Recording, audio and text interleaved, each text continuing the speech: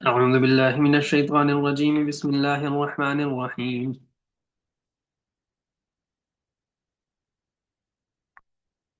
يا أيها الناس اتقوا ربكم الذي خلقكم من نفس واحدة وخلق منها زوجها وبث منهما رجالا كثيرا ونساء واتقوا الله الذي تساءلون به والأرحام إن الله كان عليكم رقيبا فآتوا اليتامى أموالهم ولا تتبدلوا الخبيث بالطيب ولا تأكلوها ولا تأكلوا أموالهم إلى أموالكم إنه كان حوبا كبيرا فإن خفتم ألا تقسطوا في اليتامى فانكحوا ما طاب لكم من النساء مثنى وثلاث ورباع فإن خفتم ألا تعدلوا فواحدة أو ما ملكت أيمانكم ذلك أدنى ألا تعولوا وآتوا النساء صدقاتهن نحلة فإن طبن لكم عن شيء منه نفسا فكلوه هنيئا مريئا ولا تؤتوا السفهاء أموالكم التي جعل الله لكم قياما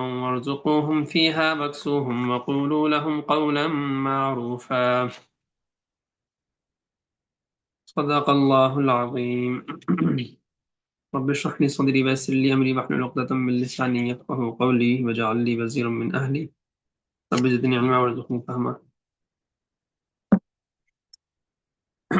اس میں ہماری سورہ نساء کی ابتدائی آیات چل رہی تھی اور اس میں ہم نے کچھ بات کر لی تھی. اچھی خاصی بات ہو گئی تھی پھر، لیکن ایک آدھ بات میرے خیال ہے کوئی رہ گئی تھی، ہماری کچھ سلائیڈز رہ گئی تھی. تو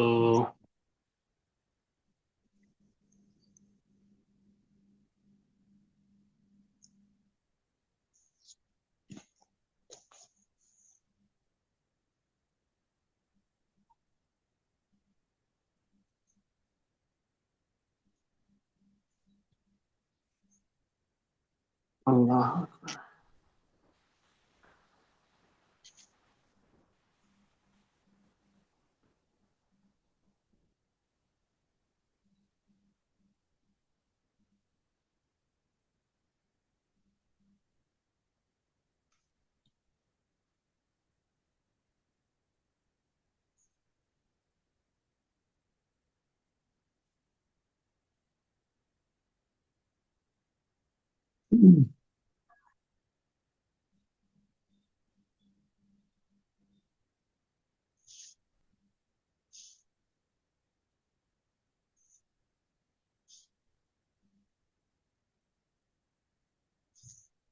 کل میں نے سلائیڈز شیئر کی تھی آپ لوگوں سے.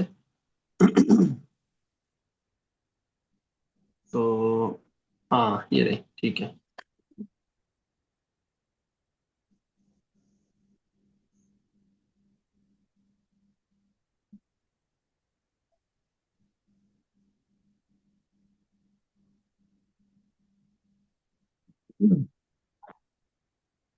اس میں یہ بات ہو رہی تھی کہ اگر ناانصافی کا ڈر ہے تو تم یتیم بچیوں کو چھوڑ کر، یعنی یتیم بچیوں کے ساتھ تم اگر ناانصافی کر سکو تو ان یتیم بچوں کو چھوڑ کر تم دوسری بچیوں سے نکاح کر لو، یعنی دوسری لڑکیوں سے نکاح کر لو. ٹھیک ہے، کیونکہ انصاف کرنا زیادہ ضروری ہے. تو ان میں سے جو بھی تمہیں پسند آئے ان سے نکاح کر لو. میں نے کہا تھا یہاں ماطابہ سے مراد یہ ہے کہ طابہ کہتے ہیں ایسی خوبصورت، ایسی پسندیدہ چیز کو جو ظاہری طور پر نہ ہو، بلکہ کیا ہو، ظاہری ہو یا نہ ہو، باطنی اس کے اندر خوبصورتی موجود ہو. اس میں اشارہ اللہ تعالیٰ نے یہ دیا ہے کہ جن خواتین کو تم پسند کرو ان کے اندر صفات دیکھو، حسن پر زیادہ مت جاؤ. حسن پر بھی جاؤ، مطلب حسن بھی دیکھو، لیکن ما طابہ کے اندر اشارہ ہے. طابہ کہتے ہیں خوشبو کو نا، خوشبو حسی چیز ہے، معنوی چیز ہے، فیل ہوتی ہے، نظر نہیں آتی خوشبو. تو مولانا طاہر جمیل صاحب نے جو بات بیان کی تھی انہوں نے فرمایا تھا کہ یہ ایک معنوی چیز ہے اور اس میں اشارہ اس طرف ہے کہ معنوی یعنی باطنی صفات کو پسند کرو. ٹھیک ہے، بات سمجھ آ رہی ہے؟ یعنی کتنے لطیف اور حسین پیغام میں قرآن نے یہ ہمیں پیغام دے دیا کہ اصل چیز کیا ہے. حسن ٹھیک ہے اللہ نے رکھا ہے وہ ہے، لیکن اصل چیز کیا ہے؟ حسن چند دن تک انسان جو ہے نا اسے پھر تھوڑا سا اگر صفات ہی، جب منہ کھولے وہ اتنے بد اخلاق طریقے سے بات کرے تو پھر وہ خوبصورتی نہیں، خوبصورتی کا کوئی فرق نہیں پڑتا پھر خوبصورتی سے کچھ خاص، بلکہ رشتے ٹوٹتے ہوئے آپ لوگوں کے سامنے بھی ہوں گے۔ پسند کی شادی ہوتی ہے، بڑی خوبصورت لڑکی ہوتی ہے، دونوں بہت ایک دوسرے سے پیار کرتے ہیں، لیکن چند دنوں بعد شادی ٹوٹ جاتی ہے۔ وجہ کیا ہوتی ہے؟ گھر چل نہیں سکتا، دونوں میں سے کسی ایک میں کوئی نہ کوئی صفت کے اندر پرابلم ہوتی ہے۔ حسن کی وجہ سے طلاقیں نہیں ہوتی کہ حسین نہیں تھی تو طلاق ہو گئی، وہ تو تب ہوگا جب آپ بغیر دیکھے آپ نے شادی کر لی، اور وہ بھی شریعت نے اس کو اتنا پسند نہیں کیا، بلکہ اللہ کے نبی نے فرمایا تھا، ایک صحابی نے بولا شادی کی بات کی تو انہوں نے بولا کہ تم نے اس کو دیکھا ہے؟ انہوں نے کہا نہیں، تو فرمایا تھا کہ دیکھ لو اس کو، دیکھ لو ایک دفعہ۔ ہمارے یہاں بعض لوگ بڑے ہی زیادہ دیندار ہو جاتے ہیں، نہیں نہیں ہم تو بس کوئی بات نہیں، ہم تو پتہ ہے اتنی نظر کی حفاظت ہوتی ہے جتنی شریعت نے بھی نہیں کی، تو کہتے ہیں نہیں یہاں بھی ہم نہیں وہ کریں گے، ہم جو ہے نا وہ نہیں دیکھیں گے، غیر محرم ابھی تو غیر محرم ہے نا، ہم نہیں دیکھیں گے ٹھیک ہے، بات سمجھ آ رہی ہے؟ تو یہ جو مسئلہ ہے نا کہ جی ہم جو ہے وہ نہیں دیکھیں گے شادی سے پہلے، تو یہ دینداری نہیں ہے۔ ٹھیک ہے، دینداری کیا ہے؟ جو اللہ کے رسول صلی اللہ علیہ وسلم نے فرمایا وہ دینداری ہے۔ آپ کی نظر کی حفاظت تب کا اللہ تعالیٰ کو پسند ہوگی جب اللہ کے نبی نے کہا ہے کرو تو کرو، نہیں کہا تو پھر نہیں کرو۔ لیکن بعض لوگ ہوتے ہیں نہیں ہم اس میں بھی نہیں دیکھیں گے، پھر بعد میں بڑے مسئلے ہوتے ہیں، طلاقیں بھی ہو جاتی ہیں اللہ بچائے، تو پھر فائدہ اس سے بہتر تھا بھائی دیکھ لیتے۔ تو وہ ایک شریعت کے ایک حکم پر عمل نہ کرنے کی وجہ سے ہو رہا ہوتا ہو، لیکن اس کے علاوہ خوبصورتی تو پہلے لڑکی تو پہلے سے دیکھ چکے ہوتے ہیں آپ، تو طلاق اس وجہ سے نہیں ہوتی۔ طلاق اس وجہ سے ہوتی ہے جو ما طاب لکم ہے، جو تمہیں پسند آ رہی ہے اس کی صفات تمہیں پسند آنی چاہیے تھی، تمہیں صفات پہ غور نہیں کیا، ٹھیک ہے، اس وجہ سے طلاقیں ہوتی ہیں۔ اگر صفات پہ غور کر لیتے تو طلاق نہیں ہوتی، آپ شادی یا تو شادی نہیں کرتے اس کی مطلب یہ وجہ نہیں ہے کہ وہ لڑکی اچھی نہیں ہے، لڑکی اچھی ہوگی لیکن آپ کے ساتھ نہیں چل سکتی۔ بات سمجھ آ رہی ہے؟ بہت دفعہ ایسا ہوتا ہے کہ لڑکی اچھی ہے لیکن اس کے اندر جو کوالٹیز ہیں وہ آپ کے ساتھ نہیں چل سکتی، یا آپ کے اندر جو کوالٹیز ہیں آپ ان کو لے کے نہیں چل سکتے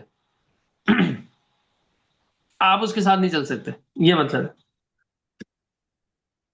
ہو سکتا ہے آپ کے لیے کوئی دوسرا اپروپریٹ رشتہ ہو، آپ وہاں کر لیں، اس کے لیے بھی کوئی دوسرا اپروپریٹ رشتہ ہو، وہ وہاں کر لیں، دونوں خوش رہیں گے، آپ دونوں کا جوڑ نہیں ہے ٹھیک ہے، آپ دونوں کے اندر صفات کا کچھ اتنا مطلب فرق ہے کہ وہ نہیں چل سکتا۔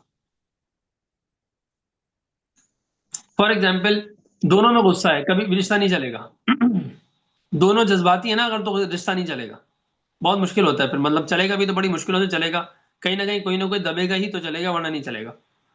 لیکن اگر ایک غصہ ہے دوسرا تھوڑا تحمل سے ہے تو وہ کسی حد تک آہستہ آہستہ سیٹ اپ ہو جاتا ہے، پھر انڈرسٹینڈنگ ہو جاتی ہے، پھر چل جاتا ہے۔ لیکن اگر دونوں میں غصہ ہے تو پھر بہت مشکل ہوتا ہے چلنا۔ اسی طریقے سے دونوں میں جو ہے وہ آم، جی کیا کہتے ہیں جی، نہ سننے کی عادت نہیں ہے، تو یہ مطلب کیا بولوں میں اس کو کہ میں، اچھا ایک اور بات میں نے پہلے بھی بتائی تھی کہ جی غلط بات برداشت نہیں ہوتی، تو میرے سامنے جب یہ بات ہوتی تو میں کہتا اچھا پھر صحیح بات برداشت کر لیتے ہیں آپ، چلو بڑی بات ہے آپ صحیح بات برداشت کر لیتے ہیں، میں برداشت کرنی غلط بات ہوتی ہے، تو یہ فضول کے کچھ جملے ہمارے پاس آ گئے ہیں، اس کی کوئی حقیقت نہیں ہے، تو یہ چیزیں دیکھ لینی چاہیے۔ اچھا جی تو عدل کی شرط لگائی اللہ تعالیٰ نے، تمام بیویوں کے درمیان انصاف کرنے کا ہوگا، اگر انصاف نہ کرنے کا غالب گمان ہوگا تو پھر ایک ہی نکاح کرو، ٹھیک ہے۔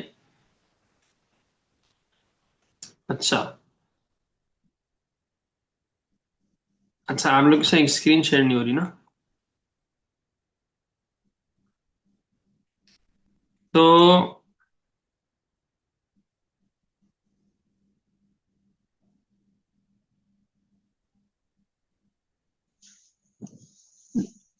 عدل کا شرعی مفہوم کیا ہے، کیا فرض ہے کیا معاف ہے؟ تو اس میں کھانا پینا، رہائش، لباس اور رات گزارنے کی باری، یہ فرض ہے، ٹھیک ہے۔ یہ چار چیزیں کیا ہیں؟ فرض ہے۔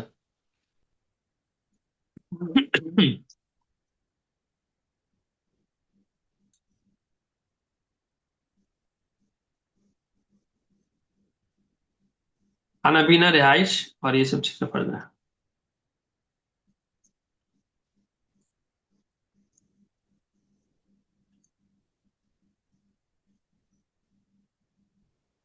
جن پہ جو چیزیں فرض نہیں ہیں وہ کیا ہیں؟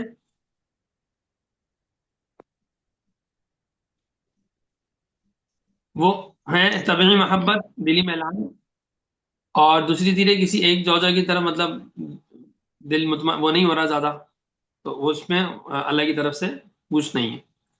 ٹھیک ہے. ظاہری حقوق جو اوپر بیان کیے گئے ہیں نا، ابھی جو میں نے بیان کیے ہیں، ان میں ناانصافی کا سبب نہ بنے. ایسا نہ ہو کہ وہ بری لگ رہی ہے تو آپ جو ہے نا اس کو نان نفقہ میں ہی مسئلے کر رہے ہیں، تو وہ بات ٹھیک نہیں ہوگی.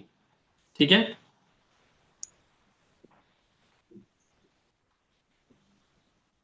تو استاد جی بری لگ رہی ہے تو شادی ہی نہیں کرنی چاہیے تھی. کیا مطلب؟ آپ کہہ رہے ہیں بری لگ رہی ہے تو یہ نہ ہو کہ نان نفع بھی جو ہے وہ پورا نہ کریں، تو بھئی بری لگ ظاہری رہی طور تھی تو پر شادی نہیں کرنی شادی نہیں چاہیے. کرنی چاہیے تھی، ٹھیک ہے شادی نہیں کرنی چاہیے تھی، لیکن اس وقت بہت جذبہ تھا، بڑی غریب تھی، بڑا ترس آ رہا تھا. اما ابا بھی کہہ رہے تھے بڑی اچھی صفات کی ہے، شادی تو کر لی، لیکن جو ہے وہ جو جن سے آپ کو پیار تھا ان سے شادی ہو نہیں سکی، پھر دوسری شادی ان سے کر لی. اب وہ چل یہ رہا ہے سین کہ وہ آپ کو بالکل اچھی نہیں لگ رہی. جو ایک جذبہ تھا، جوش تھا مدد کرنے کا اور سہارا بننے کا، وہ تو جو ہے وہ پھر بعض اوقات دب جاتا ہے. اور جو جو آپ کو پسند ہے آپ اسی طرف زیادہ مائل ہو رہے ہیں، تو کیا ہو رہا ہے کہ اس چکر میں ایک تو ٹھیک ہے آپ کا دل مائل نہیں ہو رہا، وہ ایک الگ چیز ہے، لیکن ایک کہ آپ ظاہری حقوق میں بھی کمیاں کر رہے ہیں. آپ کو اس کو پیسے دیتے ہوئے آپ کو آپ کی جان جا رہی ہے، آپ کا اس کا خیال رکھتے ہوئے آپ کی جان جا رہی ہے. تو اس طرح کی اگر چیزیں ہو رہی ہیں تو پھر یہ مسئلہ ہو جائے گا. ٹھیک ہے، تو وہ جائز جی نہیں ہے.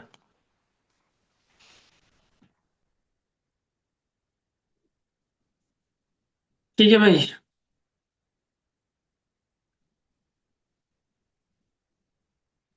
یہ ہے وہ سلائڈ. ٹھیک ہے. اچھا جی.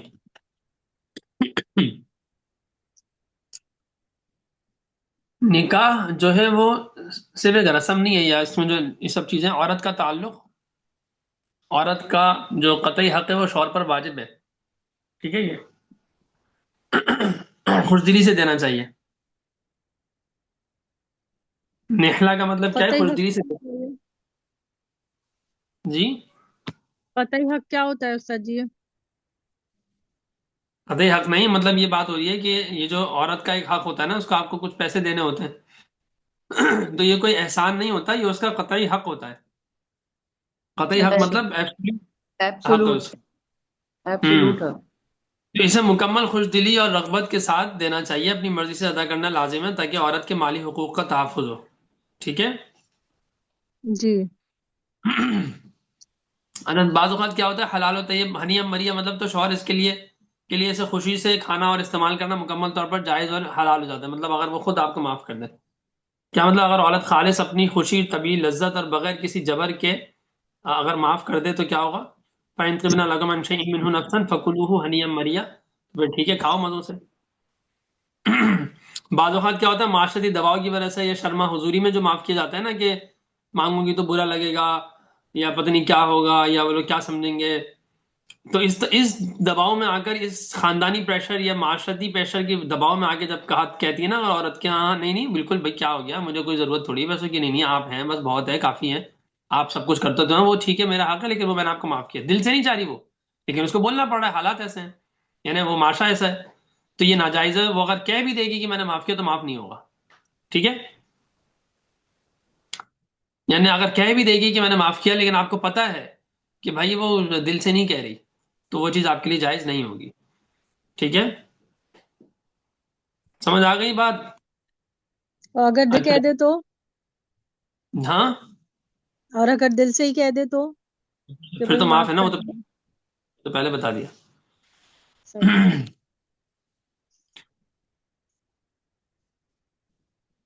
اچھا جی.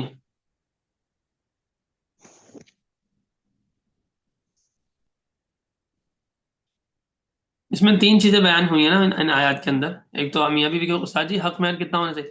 بھائی جتنا جو ہے نا وہ دونوں دونوں خوشی خوشی راضی ہو جائیں اتنا ہونا چاہیے. استاد جی وہ جو اس میں کہتے ہیں کہ 1 سال کی جو انکم ہوتی ہے ہم، مرد کی، اس کے برابر مہر ہونا چاہیے، اس کی کیا حقیقت ہے؟ وہ فرض واجب نہیں ہوتا کہ ایسی اپنی مرضی سے بنا لیا ہے. اور یہ مہر فاطمہ کیا ہوتا ہے استاد جی؟ یہ پتہ ہے کتنا ہوتا ہے؟ تو بہت ہاؤ زیادہ مچ؟ ہے. تو بہت زیادہ ہے، میں اور آپ افورڈ بھی نہیں کر سکتے. اور پھر ایک اور ہے، وہ حضرت کن کو دیا تھا؟ حضرت میمونہ کو یا حضرت زینب کو دیا تھا آپ صلی اللہ علیہ وسلم نے. وہ تو چند 75 پتہ نہیں 70 کروڑ 80 کروڑ بنتا ہے وہ. ہاں وہ تو 80 کروڑ بہت زیادہ ہے. تو عرب سے بھی اوپر بنتا ہے، اتنا زیادہ ہے وہ. یہ ویلیو ہے اسلام میں عورت کی. اصل میں دیتا اسلام کون نے ہے؟ عورت ہاں. دیتا کون ہے؟ جو ویلیو لوگ سنت ہوگی. سنت کی جو لوگ سنت کی باتیں کرتے ہیں نا، ان کو صرف ایک بات یاد رہتی ہے کہ آپ صلی اللہ علیہ وسلم تو بڑی غربت میں وقت گزارا ہے، تو وہ مال کی طرف تو بالکل نہیں ہوں گے. تو وہ اس قیاس پر سمجھتے ہیں کہ ہم اس طرح کہیں گے نا تو بڑے بچ جائیں گے. بچنا کچھ نہیں ہوتا. اصل مسئلہ یہ ہوتا ہے کہ وہ جب پتہ چل جائے، اگر پتہ چل جائے نا کہ یہ اتنا ہے فاطمی اور یا سنت والا، یا جو آپ صلی اللہ علیہ وسلم نے اپنی ازواج کو دیا ہے، تو کبھی بھی یہ نام بھی نہ لیں کہ سنت پہ عمل کرنا ہے. استاد جی یہ مہر فاطمی تقریباً کتنا ہوگا؟ کچھ اندازہ ہے آپ کو؟ میں نے ابھی ریسنٹلی اس کو وہ کیا تھا، لیکن مجھے ابھی یاد نہیں آ رہا. مجھے گروپ پہ میسج کیجیے گا، میں بتا دوں گا. ٹھیک ہے، صحیح انشاءاللہ. ہے. لیکن یہ کہ اچھا خاصا ہے وہ، مطلب اچھا خاصا ہے. اور جو وہ اپنی ازواج کو دیا آپ صلی اللہ علیہ وسلم نے، تو ان میں ایک کا غالباً ہے، مجھے ان کا نام یاد نہیں آ رہا کون سی زوجہ کو دیا تھا، لیکن وہ تقریباً 80 کروڑ یا پتہ نہیں عرب سے بھی ہے. مطلب بہت بہت ہی زیادہ تھا وہ. مطلب ہمارے آج کل کی بہت کوئی ہائی لیول کی جو بھی ایلیٹ کلاس کی بھی لوگ نا اتنا نہیں دیتے، دے ہی نہیں سکتے، کہاں سے دیں گے.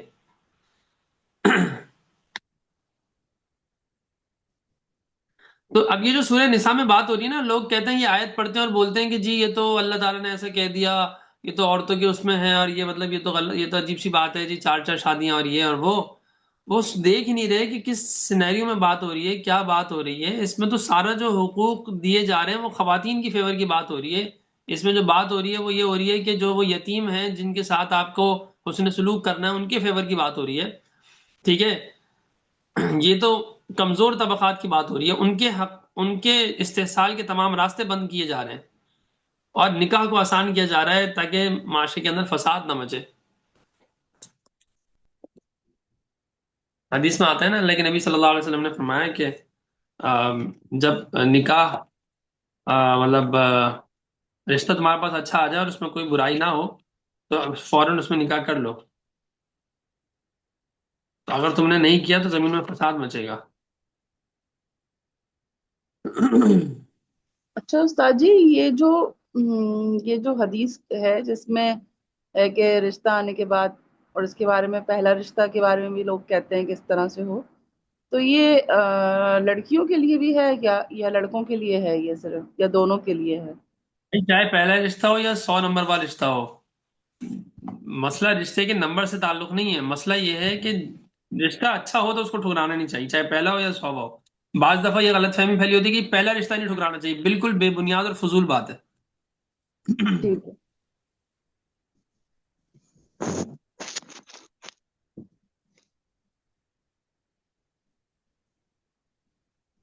اچھا جی. نہیں استاد جی، میرا سوال یہ تھا کہ اگر رشتہ، ایک تو ہمارے یہاں تو یہی ہوتا ہے نا کہ لڑکی کے لیے آتا ہے، لیکن اگر کوئی لڑکے کے لیے رشتہ ہو تو اس میں بھی یہی ہوگا، یہی حدیث اس میں اپلائی ہوگی؟ ہاں ہاں بالکل. ٹھیک ہے، صحیح ہے. یعنی آپ یہ کہنا چاہ رہی ہیں نا کہ اگر بیٹا ہے اس کے لیے رشتہ آ رہا ہے تو اس میں بھی ہمیں واپس نہیں کرنا چاہیے رشتہ، اگر اچھا رشتہ ہو، یہ کہنا چاہ رہی ہے نا. ہاں مطلب اگر لڑکی والے خود پیغام دے رہے ہیں، ویسے عموماً ایسا ہوتا نہیں ہے، لیکن اگر ہوں. لڑکی والے خود پیغام دے رہے ہوں تو اس میں بھی نہیں ہوں. اس کو وہ مطلب کرنا چاہیے رد، اگر وہ صحیح ہو تو، یہ کہہ رہے ہیں آپ؟ ہاں بالکل بھی رد نہیں کرنا چاہیے، رد ٹھیک کرنے ہے، کا تو صحیح. بھی نہیں. ٹھیک ہے، صحیح ہے. اچھا جی. اچھا اس میں نا ایک حضرت عائشہ رضی اللہ تعالیٰ عنہ کی ایک روایت ہے کہ ایک شخص آیا تو اس کی ولایت میں نا ایک یتیم لڑکی تھی. اس کا ایک باغ تھا جس میں ایک لڑکی بھی شریک تھی. تو اس شخص نے اس یتیم لڑکی سے خود نکاح کر لیا. ٹھیک ہے، اور بجائے اس کے کہ اپنے پاس سے وہ مہر وغیرہ دیتا، اس کے باغ کا حصہ بھی اپنے قبضے میں لے لیا. الٹا کام کر دیا. یعنی اپنے مال میں سے اس کو پیسے دینے کی بجائے، یعنی جو آج حرکتیں ہو رہی ہوتی نا، وہ اس دور میں بھی ہو رہی ہوتی تھی نا. تو اس نے کیا کیا کہ الٹا اس کے ہی باغ پہ قبضہ کر لیا. تو اس پر یہ آیت نازل ہوئی کہ وَإِنْ خِفْتُمْ أَلَّا تُقْسِطُوا فِي الْيَتَامَىٰ فَانكِحُوا مَا طَابَ لَكُم مِّنَ النِّسَاءِ مَثْنَىٰ وَثُلَاثَ وَرُبَاعَ. کہ اگر تم یتیموں کے بارے میں انصاف نہیں کر سکتے تو بھائی پھر جو تمہیں لڑکیاں دوسری پسند ہیں ان سے شادی کر لو، ٹھیک ہے؟ اس میں حدود یہ ہے کہ 2 2 سے 3 3 سے 4 4 سے کر لو، بس 4 سے زیادہ نہیں کر سکتے. 4 سے زیادہ نہیں کر سکتے قرآن میں الفاظ میں نہیں ہے، لیکن قرآن یہ جو آیت نازل ہوئی ہے یہ تحدید کے لیے نازل ہوئی ہے، یعنی حد بتانے کے لیے. ٹھیک ہے؟ تو حضرت عائشہ جی کی جو حدیث ہے یہ اس کی بالکل تردید کر رہی ہے کہ یہ مطلب نہیں ہے کہ یتیم عورتیں زیادہ ہو گئی ہیں تو ان کو سہارا دینے کے لیے کہا جا رہا ہے. ٹھیک ہے؟ تو اس کا پس منظر یہ ہے جس سے پتہ چل رہا ہے کہ یہ اس پس منظر میں یہ آیت نازل ہوئی ہے. تو میں نے بتایا تھا نا کہ کل کہ وہ ایک یہ ایک فضول کا ایک وہ آبجیکشن اٹھایا گیا ہے یا اعتراض اٹھایا گیا ہے کہ بھائی تم کیا کرو، یہ مسئلہ اس کے اندر یہ ہے کہ یتیم لڑکیوں کی کفالت کی وجہ سے کہا گیا تھا کہ 2 2 سے 3 3 سے 4 4 سے کرو. اب چونکہ یتیموں کی کفالت کا مسئلہ نہیں ہے تو لہٰذا آج ملٹیپل میرجز نہیں ہونی چاہیے. یہ میں نے کل بتایا تھا، یہ اب ایک اعتراض بتایا تھا. ٹھیک ہے؟ تو اسی کی تردید ہو رہی ہے یہ.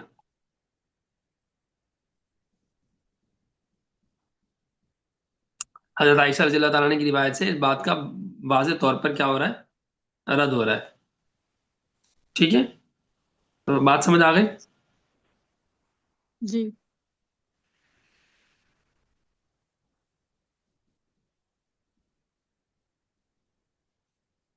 ٹھیک ہے. تو یہ حدیث ان لوگوں کی تردید کرتی ہے جو تعدد ازواج میں کیا کرتے ہیں، تعویل کرتے ہیں. یہ مفتی تقی عثمانی صاحب نے جو بخاری کے درس ہے نا ان کا، اس کی کتاب النکاح انعام الباری، تو اس میں مفتی تقی عثمانی صاحب نے یہ بات فرمائی کہ یہ حدیث ان لوگوں کی تردید کرتی ہے جو تعدد ازواج یعنی ملٹیپل میرجز میں تعویل کرتے ہیں. اصل میں ایک بات یہ بھی ہوتی ہے نا کہ جی مفتی تقی عثمانی صاحب نے 2 شادیاں کیوں نہیں کی، 3 کیوں نہیں کی، 4 کیوں نہیں کی، یہ ایک طارق مسعود صاحب کیوں لگے ہوئے ہیں، وہاں طارق جمیل صاحب نے کیوں نہیں کی. اس لیے میں مفتی تقی جی عثمانی صاحب ہی کی بات آپ لوگوں کو پڑھ کے سنا رہا ہوں تاکہ آپ لوگوں کو جو ہے نا، مطلب کسی آپ لوگوں کو نہیں، میں ویسی ایک بات کروں کہ شیطان کا دروازہ بند کر دوں. تو خلاصہ یہ ہے کہ ایک قوم ہے جو اسلام کے کسی حکم پر مغرب کی طرف سے کوئی اعتراض ہوتا ہے تو اس کے آگے ہاتھ جوڑ کر کھڑی ہو جاتی ہے کہ ہمارے اسلام میں نہیں ہے یہ بات. ٹھیک ہے؟ مسلمانوں کے ہاں ایک سے زائد نکاح کی اجازت قرآن نے دی ہے، اور یہ زیادتی کی بات ہے کہ ایک سے زیادہ عورتوں سے شادیاں کرنا عورت کے لیے بہت تکلیف دہ ہے، اور بسا اوقات عورت کی زندگی اجیرن بن جاتی ہے. ہم کو دیکھو، ہم تو ایک بیوی پر اکتفا کرتے ہیں. ٹھیک ہے؟ اس طرح کے فضول بھونڈی باتیں ہوتی ہیں. تو ہمارے ہاں ایک سے زائد شادی کرنے کی اجازت نہیں ہے، اور آپ کے ہاں اجازت ہے. تو اس کا سیدھا سا جواب تو یہ تھا کہ بھائی ہمارے ہاں 4 بیویوں کی اجازت ہے اور آپ کے ہاں لاکھوں گرل فرینڈس کی اجازت ہے. جواب کیا ہونا چاہیے تھا؟ جواب یہ ہونا چاہیے تھا کہ ہمارے ہاں تو لاکھوں، ہمارے ہاں تو 4 بیویوں کی اجازت ہے اور آپ کے ہاں لاکھوں گرل فرینڈس کی اجازت ہے. سیدھا سا جواب کیا تھا؟ یہی تھا. جی وہ ایک لیکن شعر اب ہے وہ نا کہ زنا اتنی ہے نا، زنا کو ہم اب آسان کر دیا استاد جی. وہ اب تو نکاح کو دوسری شادی تیسری چوتھی تو چھوڑ دے، دوسری شادی گالی بنا دی ہے نا، اسی پہ ہاں، اتنا واویلا ہو جاتا ہے. لیکن اپنے اپنے اپنے گریبان میں نہیں دیکھ رہے کہ خود کیا حرکتیں کر رہے ہیں بیٹھ کے. وہ ایک شعر ہے نا، اتنی نہ بڑا پاکیے دامن کی حکایت، اتنی زیادہ باتیں نہیں کرو، دامن کو ذرا دیکھ، ذرا بند قبا دیکھ، بند قبا دیکھ. تو کہنے کا مقصد ہے کہ اب بجائے یہ جواب دینے کے، جواب میں یہ کہا جا رہا ہے کہ ہمارے ہاں تعدد ازدواج ہے ہی نہیں، ملٹیپل میرجز کا کانسیپٹ ہمارے ہاں ہے ہی نہیں. اور قرآن نے جو یہ کہا ہے مولویوں نے اس کی غلط تشریح کر دی ہے.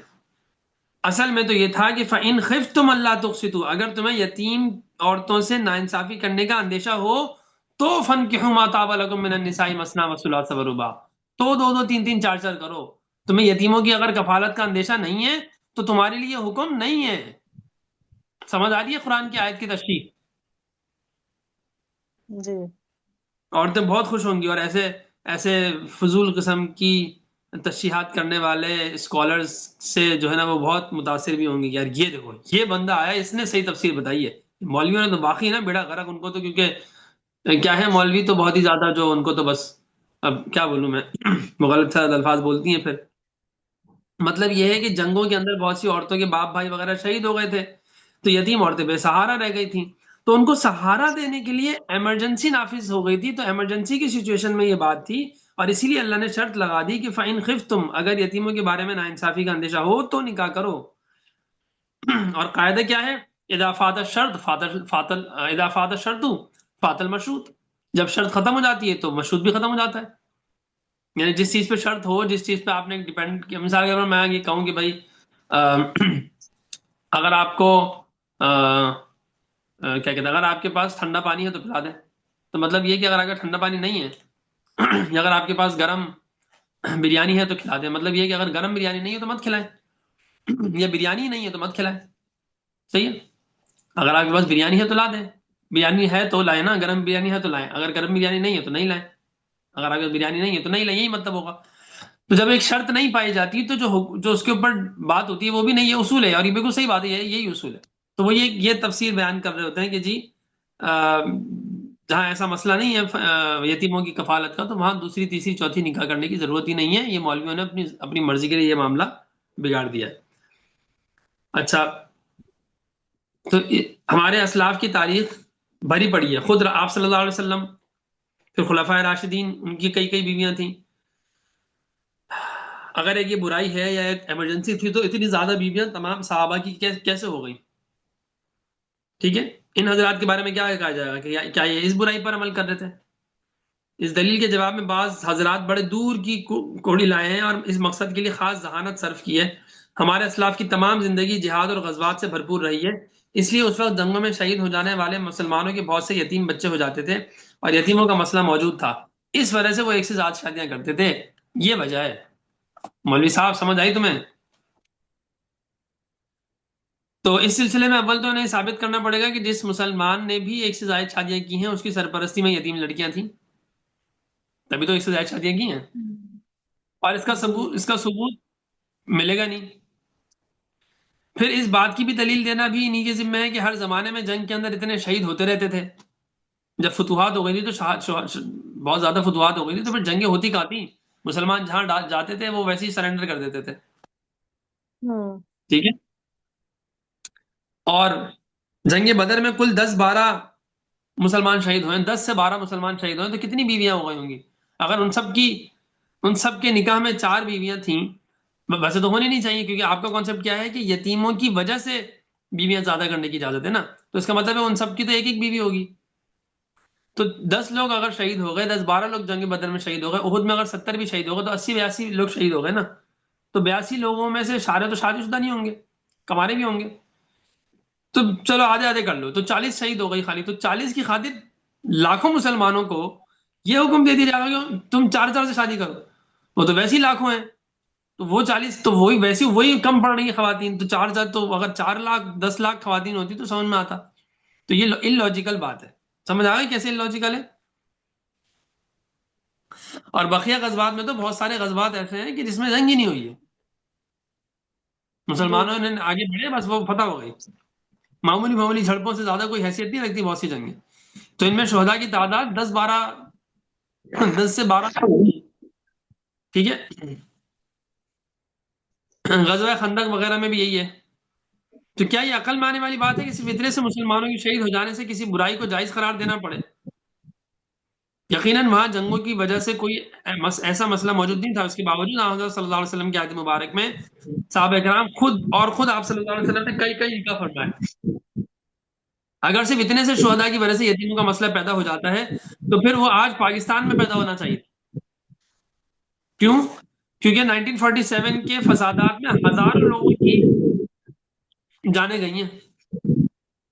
لاکھوں. ٹھیک ہے، ہاں لاکھوں لوگوں کی.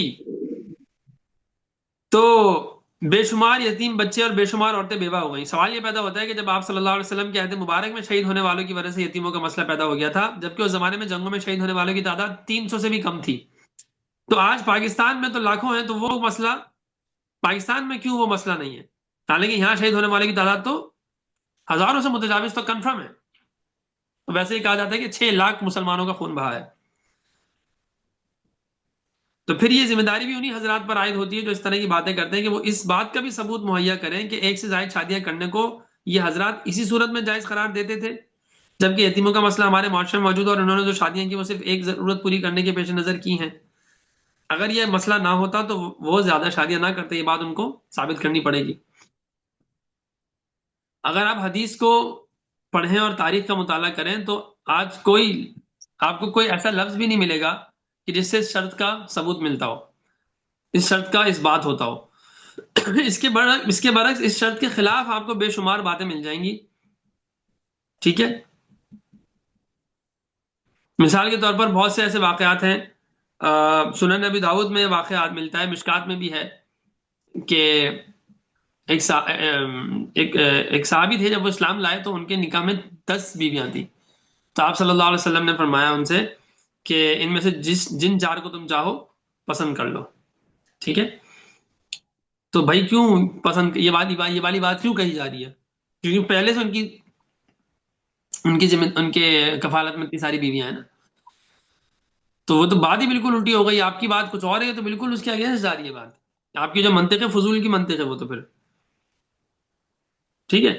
اور پھر آپ صلی اللہ علیہ وسلم نے مسئلہ پوچھنے والے سے کوئی تفصیل نہیں پوچھی کہ ان 10 عورتوں میں سے کتنی یتیم ہیں، کتنی بیوائیں ہیں، تم نے کتنوں کے سہارا بنے ہو، جو آج کل ایک فضول کا اعتراض کیا جاتا ہے نا، دوسری کرنی ہے تو بیواؤں سے کرو نا، دوسری کرنی ہے تو یتیموں ان سے کرو نا، کن سے، مطلقاؤں سے کرو۔ مطلب میں پروموٹ کرتا ہوں اس چیز کو، ایسے ہی ہونا چاہیے، لیکن اس کو جس طرح اعتراض بنا کے کیا جاتا ہے وہ طریقہ ٹھیک نہیں ہے۔ اگر چاروں کواری سے بھی کر لی جائیں تو یہ بالکل جائز ہے، کراہت بھی نہیں ہے، مکروہ بھی نہیں ہے، ناجائز ہونا تو بہت دور کی بات ہے، مکروہ تنزیہی بھی نہیں ہے۔ اگر فار ایگزامپل مفتی طارق مسعود صاحب نے 4 کیے، خیر انہوں نے تو یتیموں سے کیے، لیکن بالفرض اگر وہ چاروں کواری سے بھی کر لیں، میں ویسی ایک مثال دے رہا ہوں نا، تو بھائی وہ غلط نہیں ہے، ٹھیک ہے، چاہے وہ کریں یا مولانا طاہر جمیل صاحب کر لیں، چلو ایک مثال دے رہا ہوں، تو وہ اگر کواریوں سے بھی کر لیں تو آپ اعتراض نہیں کر سکتے، اللہ نے ان کو اجازت دی ہے اور کنواریوں سے کرنے کی بھی اجازت دی ہے، ٹھیک ہے۔ یہ کہیں نہیں لکھا، یہ کہتے ہیں نا کہ بھائی دوسری شادی کرنے کا ہے تو صحیح، چلے ہم مانتے تو ہیں، لیکن وہ کن کے لیے ہے؟ وہ یتیموں، وہ بیواؤں اور مطلقاؤں سے کرنے کی اجازت ہے، کنواری سے کرنے کی اجازت نہیں ہے دین میں۔ تو یہ بھی اپنی طرف سے فضول میں دین کے اندر امینڈمنٹ ہے، ایسا کچھ بھی نہیں ہے، ٹھیک ہے۔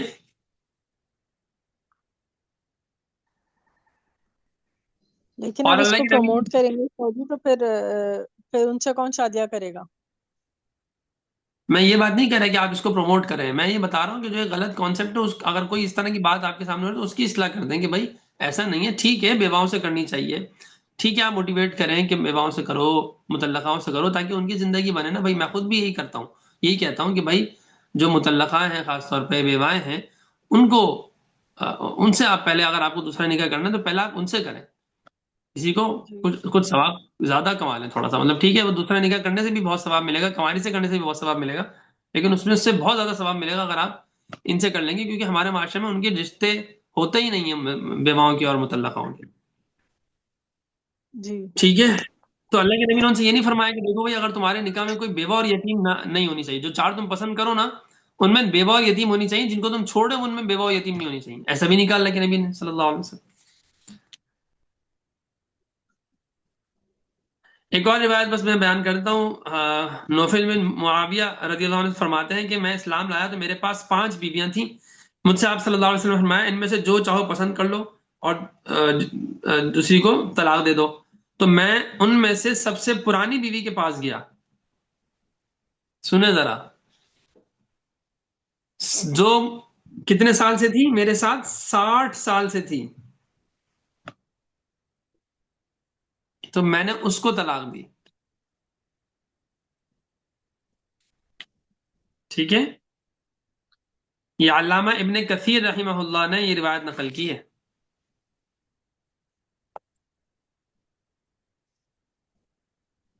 ان کی 5 تو کیا بیویاں یہ تھیں جو سب سے پسندیدہ بڑی، ہاں کیا یہ پسندیدہ ہے؟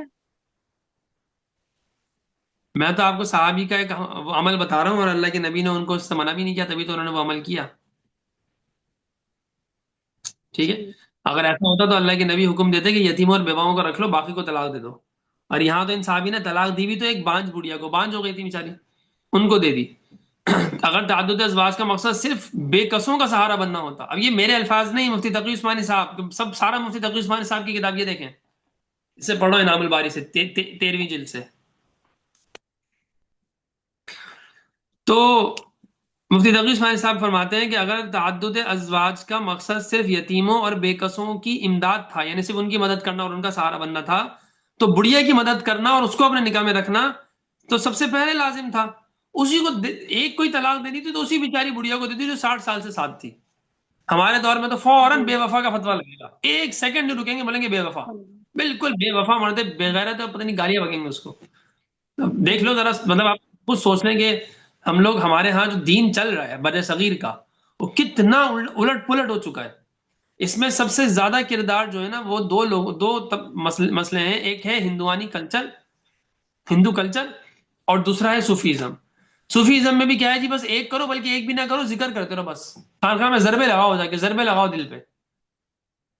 باقاعدہ ایک نقشبندی سلسلے میں غالباً ایک مراقبہ ہوتا ہے، ایک سبق ہوتا ہے جس سے شہوت ختم ہوتی ہے. اب میں کیا بولوں اس کے بعد. تو اس طرح کی جو چیز ہے نا، پھر اب اس سے کیا ہوتا ہے کہ ہمارا دماغ اس طرح سب کانشیسلی ٹرین ہو چکا ہوتا ہے کہ ہمیں دین کی جو اصل چیزیں، وہ بالکل ہم الٹی الٹی باتیں کرتے ہیں. ہماری نیتیں ٹھیک ہوتی ہیں، نیتوں میں کوئی خاص یعنی دین کی مخالفت نیت نہیں ہوتی، لیکن ہمارا عمل اتنا الٹا ہو چکا ہوتا ہے کیونکہ ہمارے سب کانشیسلی ہمارا مائنڈ اتنا ٹرین ہو چکا ہوتا ہے، کچھ صوفیزم کی وجہ سے اور کچھ جو ہے وہ ہندو کلچر کی وجہ سے. تو وہ کیا ہوتا ہے کہ ہم اس طرح کی چیزیں ہم سے برداشت ہی نہیں ہوتی. ٹھیک ہے، وہ تو اللہ کا لاکھ لاکھ کروڑ کروڑ بلکہ پتہ نہیں انلمیٹڈ شکر ہے کہ ایک مفتی تقی عثمانی صاحب چلو بر صغیر ہی کے ہیں، لیکن اس کے باوجود وہ، ان سے ہمیں بہت، مطلب میں یہ سمجھتا ہوں کہ ان سے مجھے اپنی ذاتی طور پہ کہوں تو بہت پیور دین مل جاتا ہے الحمدللہ. اور مولانا طارق جمیل صاحب حفظ اللہ وہ بھی. اچھا یہ دو حضرات کیوں؟ یہ دو حضرات اس لیے کیونکہ ان کا سفر بہت زیادہ ہے، انہوں نے دنیا دیکھی ہے، اور پھر انہوں نے مطالعہ اچھا خاصا کیا ہے، بہت زیادہ مطالعہ ان لوگوں کا. جب آپ مطالعہ کرتے ہیں، صرف اپنے بر صغیر کے دیوبندی علماء کو نہیں پڑھ رہے، بریلوی صرف بریلوی علماء کو نہیں پڑھ رہے، جب اس طرح آپ اپنے مسلک سے باہر نکلتے ہیں، مسلک کے خول سے باہر نکلتے ہیں، تو آپ کو پتہ چلتا ہے کہ علم ہے کیا. تب آپ کو پتہ چلتا ہے کہ یار یہ بھی کام ہے، یہ فلاں نے بھی کیسے، ہمارے دیوبندی کام کرنے والے نہیں ہیں. پورا ایک اتنی بڑی فہرست ہے جو علماء دیوبند کے، تو کتنے نام گنوا لو گے آپ؟ 10 20 100 200 ہزاروں علماء کرام ہیں جنہوں نے کام کیا ہے، ہزاروں لاکھوں. اور اتنا کام کیا ہے کہ جو علماء دیوبند، بعض تو ایسے ہیں کہ ان کا ایک اکیلے کا کام جو ہے نا، وہ سارے علماء دیوبند میں بھاری پڑ جائے گا. مولانا اشرف علی تھانوی صاحب کو سائڈ پہ کرتا ہے، مولانا اشرف علی تھانوی صاحب، انور شاہ کشمیری صاحب، ان کو سائڈ پہ کرتا ہے. یہ کوئی ایکسٹرا آرڈینری لوگ تھے. ان کے علاوہ یعنی کوانٹٹی کے لحاظ سے نا اتنا بڑا، بلکہ کسی حد تک کوالٹی کے لحاظ سے بھی پورے علماء دیوبند بھی ایک پلڑے میں آ جاؤ نا، وہ ایک بندہ ایک پلڑے میں، تو علماء دیوبند سے بھاری ہو جائے گا وہ.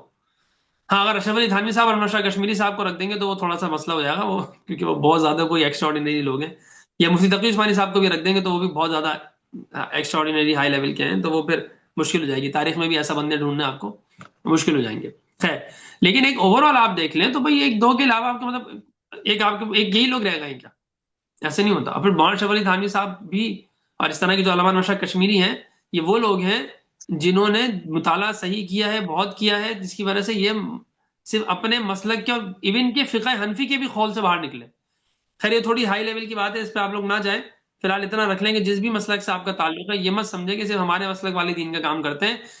اپنے مسلک سے باہر، اور پاکستان، خاص طور پہ پاکستان، ہندوستان، بنگلہ دیش سے باہر بھی ایک بہت بڑی اسلامی دنیا ہے جس میں بہت بڑے بڑے علماء کرام آج بھی موجود ہیں جو دین پر، قرآن پر، حدیث پر، سیرت پر، فقہ پر، تفسیر پر، علوم حدیث پر، اصول حدیث پر، درایت پر، روایت پر بہت کام کرتے ہیں، اسماء الرجال پر بہت بہت کام کرتے ہیں. ہمارا تو کام آج کچھ بھی نہیں بچا. تو خیر الحمدللہ کہ یہ باتیں مفتی تقی عثمانی صاحب ہی کی کتاب سے مجھے مل گئیں، تو ورنہ میں مفتی طارق موسیٰ صاحب کی کتاب سے پڑھا رہا تھا تو آپ لوگ بولتے کہ یہ تو طارق موسیٰ صاحب تو ایسی باتیں کرتے ہیں. ٹھیک ہے، اور ساتھ ہی اللہ اکبر. دنیا میں زیادہ ہیں یا بریلوی زیادہ ہیں؟ جی سمجھ نہیں آیا مجھے. مطلب دیوبندی جو ہے وہ مسلک جو ہے وہ زیادہ ہے ممالک میں، یا جو وہ ہیں بریلوی وہ زیادہ ہیں لوگ؟ میں نے کبھی گنے نہیں، گنے مجھے نہیں، کبھی میں گننے ویسے ہی ممالک کے حساب سے بتا رہی ہوں، اس میں نہیں. پوچھ میں نہیں اس کو، مجھے آئیڈیا نہیں ہے. لگتا ایسی ہے کہ دیوبندی زیادہ ہوں گے، باقی واللہ عالم، میں کچھ نہیں کہہ سکتا. دیوبندی اس لیے زیادہ ہوں گے کہ تبلیغی جماعت کا بہت زیادہ انفلوئنس ہے. تبلیغی جماعت سے اللہ نے جو کام لیا ہے نا، تو اس میں علماء دیوبند کو بہت فائدہ ہے. اور دوسرے بڑھ کر مولانا طاہر جمیل صاحب ایک ایسی شخصیت ہے، مولانا زروری خان صاحب جیسے سخت مزاج کے آدمی تھے، انہوں نے تک یہ بات فرمایا تھا کہ اللہ تعالیٰ نے مولانا طاہر جمیل صاحب کے لیے مخلوق کے دلوں میں محبت ڈالی ہے، اور یہ دیوبندیوں کی بہت بڑی فتح ہے، اور تبلیغیوں کی بھی بہت بڑی فتح ہے. پھر انہوں نے کہا لیکن تبلیغی فتح بتا نہیں جانتے، وہ 6 نمبر جانتے ہیں، ان کے لیے بھی ہدایت کی دعا کی ضرورت ہے. یہ ان کے جملے تھے. تو مقصد کہنے کا ہے کہ صرف ایک مولانا طارق جمیل صاحب کی وجہ سے ہی بہت سے لوگ جو ہے وہ علماء دیوبند کے فالوورز بن گئے. ٹھیک ہے، تو اس لیے علماء دیوبند کی تعداد یعنی دیوبندی فالوورز کی تعداد یا دیوبندیوں کی تعداد بہت زیادہ ہوگی، یہ میرا اندازہ ہے. اللہ عالم، لیکن ایسا ہی ہوگا. اندازے غلط نہیں ہوگا، مشکل ہے اس اندازے کا غلط ہونا. انشاءاللہ. تو خیر، اچھا، ایک اور روایت ہے جو سنن نبی داؤد میں، اس کا مطلب یہ ہے کہ اگر کسی شخص کے نکاح میں ایک عورت ہے اور پھر وہ دوسری عورت کو نکاح کا پیغام دے، تو اس عورت کے لیے جائز نہیں کہ وہ پہلی بیوی کو طلاق دینے کی شرط لگائے، جیسے ہمارے معاشرے میں ہوتا ہے کہ اللہ کے نبی نے یہ فرمایا ہے کہ آ، یہ جو ایک عورت کے لیے جائز نہیں کہ اپنی بہن کو وہ طلاق دینے کی شرط لگائے. ٹھیک ہے، بہن سے مطلب مسلمان بہن اپنی بہن سے مراد کیا ہے کہ مسلمان بہن، کے وہ طلاق دینے کی شرط لگائے کہ بھائی تم اس کو طلاق دو گے تو میں تم سے شادی کروں گی. تو آپ صلی اللہ علیہ وسلم نے اس کو واضح طور پر منع فرمایا، اور اس کا مطلب یہ ہے کہ بھائی تم جو ہے وہ ایسا نہیں کرو، اور تمہیں نکاح کرنا اس سے نکاح کر لو، تمہارے نصیب کا تمہیں مل کے رہے گا، اس کے نصیب کا اس کو مل کے رہے گا. اور نصیب میں صرف پیسہ وہ داخل نہیں ہے کہ گھر بھر، بلکہ نصیب میں کیا داخل ہے، عورت کے لیے شوہر کا جو ہے وہ کیا کہتے ہیں، توجہ، ٹائم، یہ سب چیزیں نصیب میں داخل ہیں. اچھا جی.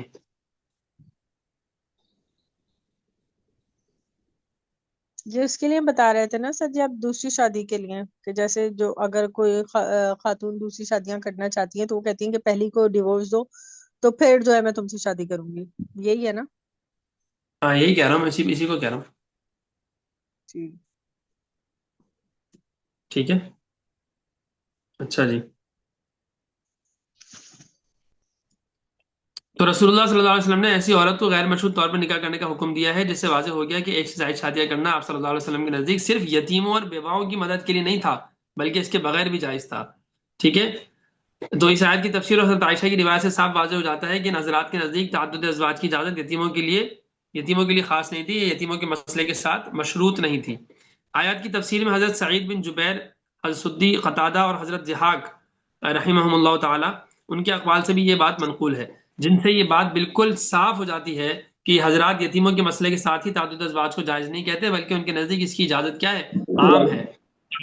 تابعین کرام میں سے ایک جلیل القدر بزرگ حضرت ربیعہ کا قول بھی ملاحظہ فرمائیں، جو ابو داؤد شریف میں ہے، کہ حضرت ربیعہ رضی اللہ تعالیٰ نے اللہ تعالیٰ کے ارشاد ان خفتم اللہ تفسدوا کی تفسیر کرتے ہیں کہ اللہ تعالیٰ فرماتے ہیں کہ یتامہ کی حق تلفی کا خوف ہو تو انہیں چھوڑ دو، ان سے نکاح نہ کرو، اس لیے کہ میں نے تو 4 عورتوں کو تمہارے لیے حلال قرار دے رکھا ہے. یہ کون کہہ رہے ہیں؟ حضرت ربیعہ، کوئی دیوبندی یا کوئی پاکستان کا مولوی نہیں کہہ رہا. اور ابو داؤد شریف میں یہ روایت موجود ہے. ٹھیک ہے. ابو داؤد شریف کتاب النکاح میں حدیث نمبر 2068، جلد 2 صفحہ 243 کا حوالہ دیا. تو اس سے صاف واضح ہو جاتا ہے کہ شادیوں کی اجازت جو ہے یتیموں کے مسئلے پر موقوف نہیں ہے. تو یہ سب فضول کی بات ہے، ایک بالکل بیکار اعتراض کیا ہے نا، ایک دم فضول قسم کا اعتراض ہے، تو اس کی کوئی حقیقت نہیں ہے. ٹھیک ہے.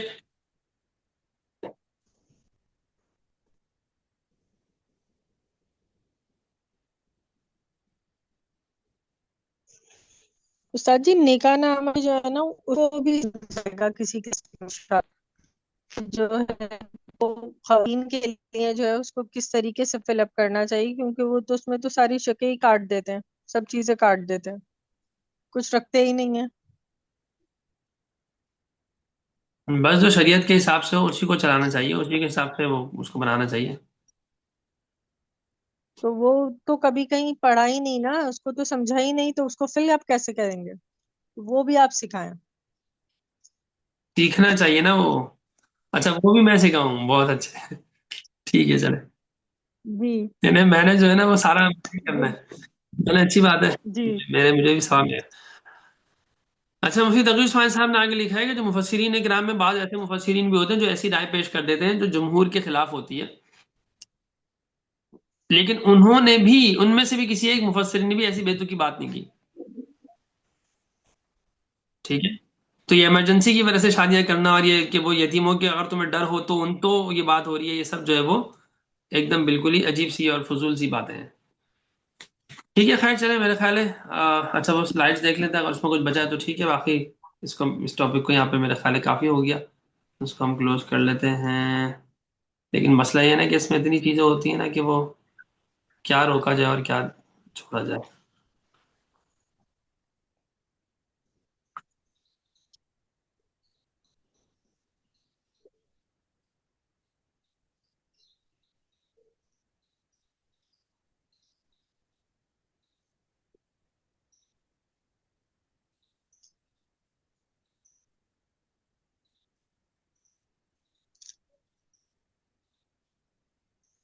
اچھا، مسلمانوں کا نا دفاعی رویہ ہو جاتا ہے، وہ یہ ایسا نا بچنے لگ جاتے ہیں، تو اس طرح بچنے کی ضرورت نہیں ہے، ڈنکے کی چوٹ پہ کہنا چاہیے. ٹھیک ہے، جو میں نے پہلے بتا دیا.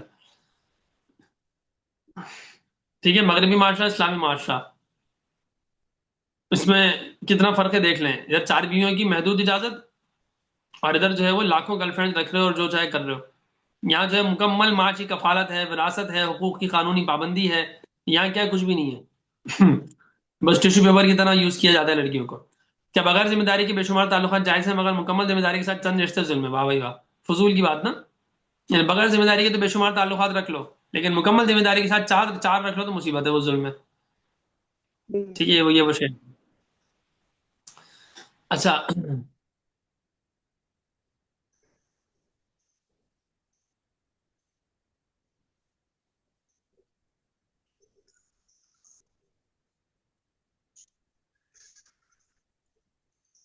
اچھا یہ عام تشریح بمقابلہ قرآنی سیاق. اب اس میں اس نے کیا کیا، قرآن نے اس اجازت کو یتیموں کی حقوق سے جنگی حالات کے ساتھ مشروط کیا ہے، اور تعدد ازواج کو بغیر کسی شرط کے ساتھ مطلق سمجھنا غلط فہمی. یعنی یہ وہ باتیں ہو رہی ہے جو غلط تفسیر بیان کی گئی ہے نا، جو میں نے ابھی پوری وضاحت سے بتا دی. سمجھ آ رہا ہے؟ جی یہ وہ ہے جی جی کہ جی بعض لوگ اس میں غلط بات کرتے ہیں.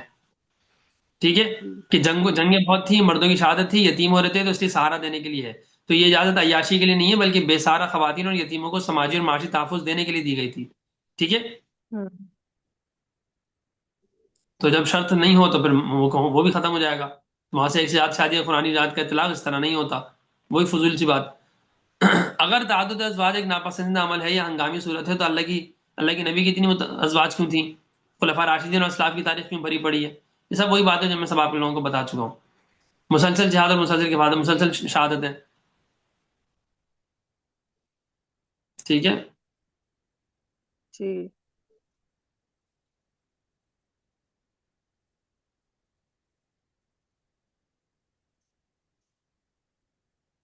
چونکہ یتیموں کو سہارا دینے کی شرط ہر وقت موجود تھی، اس لیے اسلاف نے اس مشروط کو، اچھا یہ جو ہے نا یہ اس نے غلط بنا دی ہے سلائیڈ.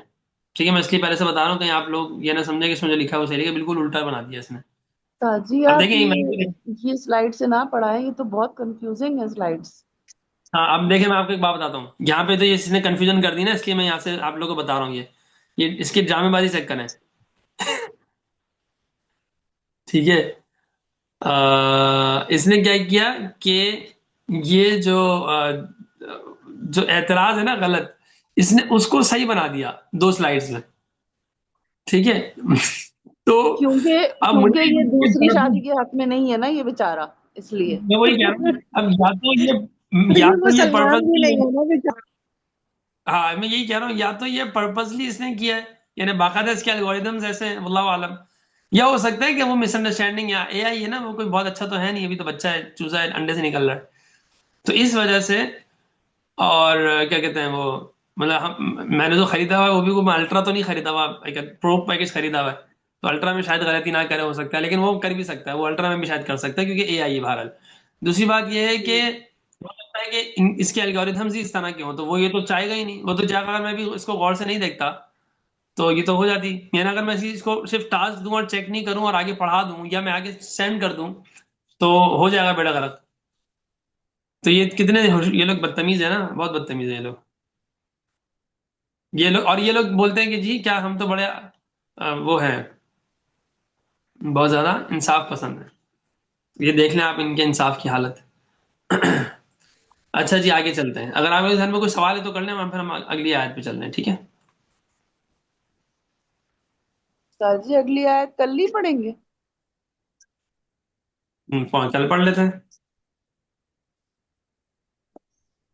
استاد جی ایک سوال آیا ہے, وہ یہ ہے کہ آج کل جو بہت زیادہ ایک ٹرینڈ کی طرح ہو گیا ہے کہ مرد حضرات جو ہیں وہ بہت زیادہ چھپ کے شادیاں کر رہے ہیں, فرسٹ وائف سے ہاں چھپ کر شادیاں کر رہے ہیں, اور پھر ان کو ایکسیپٹینس نہیں دے رہے ہیں سیکنڈ وائفس کو, نہ فیملی میں اور نہ ہی کہیں پر بھی ریکگنائز نہیں کرنے دے رہے نا کہ یہ ہماری وائف ہے.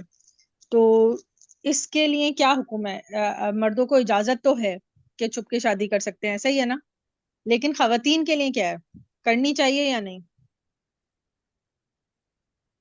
اچھا پہلے تو یہ ایک سوال یہ آیا کہ کل تو چھٹی ہے. نہیں, کل کلاس کی چھٹی نہیں ہے. اگر کل عید نہیں ہوگی تو چھٹی نہیں ہوگی. ٹھیک ہے, اگر کل عید ہو گئی بالفرض, جو کہ بہت مشکل ہے, تو پھر چھٹی ہو جائے گی.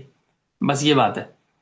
اور اگر کل تو عید شروع نہیں ہے میں تو اس کلاس کی چھٹی نہیں ہے ہماری تفسیر کی. بقیہ جو میری کلاسز ہوتی ہیں بہت ساری, وہ شاید میں ساری آف کر دوں گا. وہ تقریباً شاید ساری آف ہوں گی. اس کلاس کی چھٹی نہیں ہوگی, صبح 1 گھنٹہ ہم کلاس پڑھیں گے. اور اگر بالفرض عید ہو گئی تو پھر چھٹی ہوگی. لیکن عید نہیں ہوگی, مشکل ہے. انشاءاللہ تعالی عظیم کل جمعہ ہوگا, جمعۃ الوداع ہوگا. جمعۃ الوداع کی کوئی حیثیت نہیں ہوتی, اس کو ایسے ہی جمعۃ الوداع کہہ دیتے ہیں بس. رمضان کا آخری جمعہ اس طرح. اچھا جی بھائی, آپ کا سوال جو میں سمجھا وہ یہ ہے کہ بھائی بعض جو ہے نا وہ شادی کر لیتے ہیں اور وہ دوسری بیوی کو وہ امپورٹنس نہیں دیتے, وہ اہمیت نہیں دیتے. تو کیا ایسا جائز ہے یا نہیں؟ تو یہ تو بالکل بھی ناجائز ہے. آپ نے دوسری بیوی سے شادی کی ہے, وہ آپ نے اس کو نوکرانی بنا کے تو, یا اس کو آپ کیا اپنی ایک اپنے لیے کھلونا بنا کے تو نہیں لے کر آئے نا. اس کو بھی ایک عزت ہے, اس کا بھی ایک مقام ہے, وہ بھی اس کی بھی ایک, جتنا آپ نے پہلی بیوی کو دیا ہے کم از کم ریکگنیشن کے حد تک آپ کو اتنا اس کو بھی دینا پڑے گا. اگر آپ اس کو اتنا نہیں دیتے ہیں تو آپ گناہ کرتے ہیں, یہ ناانصافی کے زمرے میں آ جائے گا. ٹھیک ہے, کیونکہ میں جانتا ہوں ایسے بھی ہیں رشتے کہ وہ انہوں نے اپنے آفس میں جہاں وہ کام کرتے تھے تو ایک جگہ, اچھا ان کے ساتھ کچھ اس طرح کا مسئلہ ہو گیا کہ انہوں نے کیا کیا کہ ایک جگہ انٹرویو دینے گئے تو انہوں نے بتایا کہ جی میری 2 شادی, تو وہ انٹرویو نہیں انہوں نے کن جاب کا آفر نہیں آئی, دوسری جگہ بھی آفر نہیں آئی, تیسری جگہ انہوں نے سوچا کہ شاید 2 شادیوں کی وجہ سے ہو رہا ہے تو میں یہاں پہ نہیں بتاتا. تو انہوں نے پھر وہ اس کمپنی میں نہیں بتایا. اچھا وہاں اوکے ہو گیا, تو انہوں نے یہ ذہن میں بٹھا لیا, یا ان کے ذہن میں یہ آ گیا کہ کیونکہ 2 جگہ میں نے 2 شادیوں کا بتا دیا تھا تو وہاں نہیں ہوا تھا, یا میں نے نہیں بتایا تو یہاں ہو گیا. اس کا مطلب یہ مسئلہ شادی والا ہے. اب اللہ عالم ایسا ہے یا اللہ عالم ایسا نہیں ہے, ان کو بھی نہیں پتا. لیکن خیر انہوں نے وہ جہاں ان کی جاب تھی وہاں انہوں نے دوسری شادی کا نہیں بتایا. چلو ٹھیک ہے, جاب شروع ہو گئی, 1 سال ہو گیا, 2 سال ہو گئے, اب تو 2 سال میں آپ ایک جگہ صحیح سے سیٹل ہو جاتے ہو, آپ کی پوسٹ بھی بڑھ گئی, پھر آپ کا پروموشن ہو گیا, آپ کو کمپنی نے ایک پرماننٹ بھی ہو چکے ہو, آپ کو کمپنی الاؤنسز دے رہی ہے, گاڑی دے رہی ہے, پیٹرول دے رہی ہے, ڈرائیور بھی شاید دے دیا تھا ہی نہیں, بعد میں تو خیر ڈرائیور بھی دے دیا تھا, تو ڈرائیور دے رہی ہے, اتنا سا آپ کو مل رہا ہے. ٹھیک ہے, تو اب لیکن وہ نہیں بتا رہے, نہ دوسری فیملی کی کو وہاں ڈسکلوز بھی نہیں کر رہے, ایون کہ کچھ مطلب کچھ بھی نہیں بتا رہے. تو اس سے بہت زیادہ جو ہے نا وہ مشکلات پیدا ہو گئی. ٹھیک ہے, اور بہت زیادہ مشکلات پیدا ہو گئی. تو یہ کیا ہے, یہ ناانصافی ہے. ٹھیک ہے, وہ تو علیحدگی تو خیر نہیں ہوئی, اللہ نے بچا کے رکھا, لیکن یہ ہے کہ وہ یہ ناانصافی ہے. آپ کو بتانا چاہیے, آپ بتا دیں. چلیں آپ کسی اسٹریٹجی کی وجہ سے آپ چھپانا چاہ رہے تھے, آپ نے ایک حد تک چھپا لیا, لیکن جب آپ کی دوسری فیملی سفر کر رہی ہے اس وجہ سے, تو اب آپ کے اوپر یہ ظلم کا گناہ ہونا شروع ہو جائے گا. آپ کو چاہیے کہ فوراً ظلم سے توبہ کریں, پیچھے ہٹیں, اور پھر بتا دیں. اس کو کچھ نہیں ہوتا. جب آپ دیکھ رہے ہیں بندہ, وہ خود حیران ہوں گے کہ یار یہ تو ہمیں فیل بھی نہیں ہونے دیا اس نے, تو یہ تو اتنے اچھے سے مینج کر کے چل رہا ہے, کمپنی کے جو الاؤنسز ہیں ان کو مس یوز نہیں کر رہا, اس کو زیادہ یوز نہیں کر رہا, یعنی بلکہ اچھا مزیدار بات یہ کہ وہ اتنی احتیاط کرتے تھے کہ جو دیگر امپلائیز ہیں جن کی ایک بیویاں ہیں, ان کے الاؤنسز ان سے زیادہ ہو رہے ہوتے تھے گاڑی کے, اس کے, کیونکہ کمپنی سے فری میں ملی ہوتی تو وہ بے تحاشا اڑاتے ہیں, وہاں گھومنے یہاں گھومنے جا رہے ہیں, رشتے داروں کو گاڑیاں بانٹ رہے ہیں کہ ہاں جاؤ جاؤ پیٹرول فری ہے, اور پیٹرول بھی بانٹ رہے ہیں, پوری لمٹ پوری کرنا لازمی سمجھ رہے ہیں. تو وہ نہیں کرتے تھے, بڑے وہ طریقے سے چلتے تھے, تو ان کا پیٹرول ہر مہینے پیٹرول بچتا تھا. کمپنی تو خوش ہوگی نا ایسے بندے سے, تو 2 بیویاں رکھنے کے باوجود وہ پیٹرول بچا رہے ہیں. تو اگر اس میں وہ بتا دیتے تو وہ ان کے لیے اور زیادہ قابل تعریف ہوتا, لیکن بس وہ ڈر ایک بیٹھ گیا تھا. اور پھر ہمارے یہاں وہ اس لیول کا وہ ہونا چاہیے نا کہ بھائی نہیں نکالیں گے اور نکال بھی دیں گے تو اللہ اور روزی دے دے گا، تو وہ ہمارے طرح کم ہے نا ہمارے یہاں، خاص طور پہ نوکری والے جو مزاج ہوتا ہے اس میں یہ بہت ڈر ہوتا ہے، وہ نوکری سے بہت ڈر رہے ہوتے ہیں. تو خیر، تو اس وجہ سے انہوں نے نہیں بتایا، تو وہ بڑا یہ ناجائز ہے. اچھا، دوسرا سوال یہ تھا کہ جی خاتون کو کیا کرنا چاہیے. دیکھیں خاتون کو نا یہ اپنی عزت نفس کا خیال رکھنا چاہیے، اور ان کو بولنا چاہیے کہ دیکھیں آپ بتائیں گے، چھپ چھپا کے آپ نے کرنی ہے ٹھیک ہے کر لیں، لیکن آپ مجھے لکھ کے دیں گے آپ کب بتائیں گے. میں کسی حد تک تو آپ کا ساتھ دے سکتی ہوں، لیکن آخر کب تک میں یہ کرتی رہوں گی. ایک لمٹ ہوگی نا، ایک لمٹ کے بعد جا کے تو پرابلمس ہو جائیں گی. مجھے آپ کہیں لے کے نہیں جا رہے، خاندان میں لے کے نہیں جا رہے، خاندان میں کٹا رہے ہیں، یا اور بھی بہت ساری چیزوں میں مسئلے، تو کب تک ہوگا آخر. آپ مجھے وہ بتا دیں، ایک ٹائم ہوتا ہے نا. تو یہ، یا پھر آپ یہ بولیں کہ ٹھیک ہے میں وہ والی بیگم کو بتاؤں گا تو شاید کبھی بھی نہیں، لیکن تمہیں فرق نہیں ہوگا، مطلب تمہیں بھی اتنا ہی ٹائم دوں گا اور تمہیں بھی وہی اہمیت دوں گا، خاندان میں تمہیں لے کے جاؤں گا سب کچھ، تو پھر ٹھیک ہے. یا تیسری صورت یہ ہے کہ وہ عورت بولے کہ ہاں مجھے مسئلہ ہی نہیں ہے، وہ ویسی انٹروورٹ ہو یا وہ ویسی بہت زیادہ الگ تھلگ ہی رہنے والی ہو، آدم بیزار سی عورت ہو، تو ٹھیک ہے وہ اس کے تو مزے ہیں، بولے کہ ہاں کسی کو بھی نہ بتائیں، آپ کو ہی بس پتا ہو، باقی دوسرے کسی کو بھی نہ بتاؤ. تو ٹھیک ہے، اگر عورت خوش ہے تو ٹھیک ہے. یہ صحیح ہے.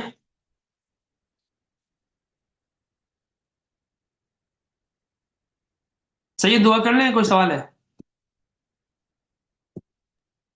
دعا کر لیں استاد جی. سبحانك اللهم وبحمدك نشهد ان لا اله الا انت نستغفرك ونتوب اليك. الحمد لله رب العالمين والصلاه والسلام على رسول الكريم وعلى اله وصحبه واتباعه اجمعين. اللهم انت السلام ومنك السلام، تبارك يا ذا الجلال والاكرام. اللهم اعنا على ذكرك وشكرك وحسن عبادتك. اللهم انا نسالك العفو والعافيه في الدنيا والاخره. یا اللہ یا رحمان یا رحیم یا کریم یا ذا الجلال والاکرام.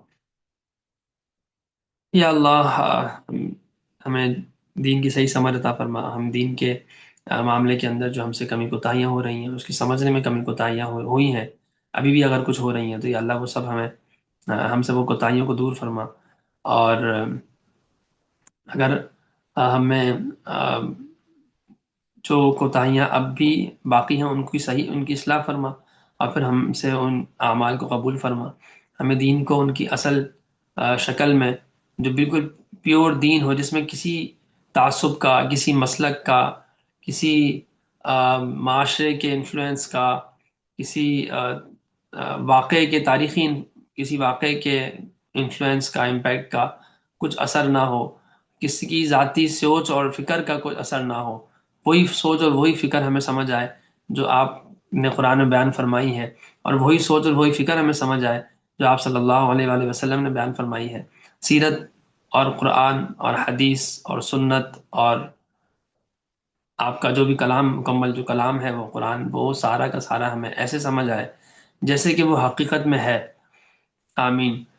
اور جو ہمارے اپنے بھی اگر کوئی تاثرات ہیں، یا ہمارے اپنے بھی اگر کوئی حالات ہیں جس کی وجہ سے ہماری انڈرسٹینڈنگ میں فرق آ رہا ہو، تو یا اللہ ہمیں اس سے محفوظ فرما کہ ہم غلط بات کو سمجھیں. ہمیں دین کی صحیح سمجھ صحیح طریقے سے آسانی اور عافیت کے ساتھ عطا فرما. ہمیں دین کو صحیح طور پر سمجھ کر اس پر عمل کرنے اور آگے پھیلانے کی توفیق اور ہمت عطا فرما. آپ صلی اللہ علیہ وسلم نے جتنی خیریں مانگی وہ سب عطا فرما. جن شرور سے پناہ مانگی ان سب سے پناہ عطا فرما. جو شرور آپ کے علم میں ہیں ان سب سے پناہ عطا فرما. جو خیریں آپ کے علم میں ہیں وہ ساری خیریں ہمیں عطا فرما. ربنا تقبل منا انك انت السميع العليم وتب علينا انك انت التواب الرحيم. وصلى الله تعالى على خير خلقه محمد وعلى آله واصحابه واتباعه اجمعين. آمين بحرمة سيد المرسلين وبرحمتك يا ارحم الراحمين.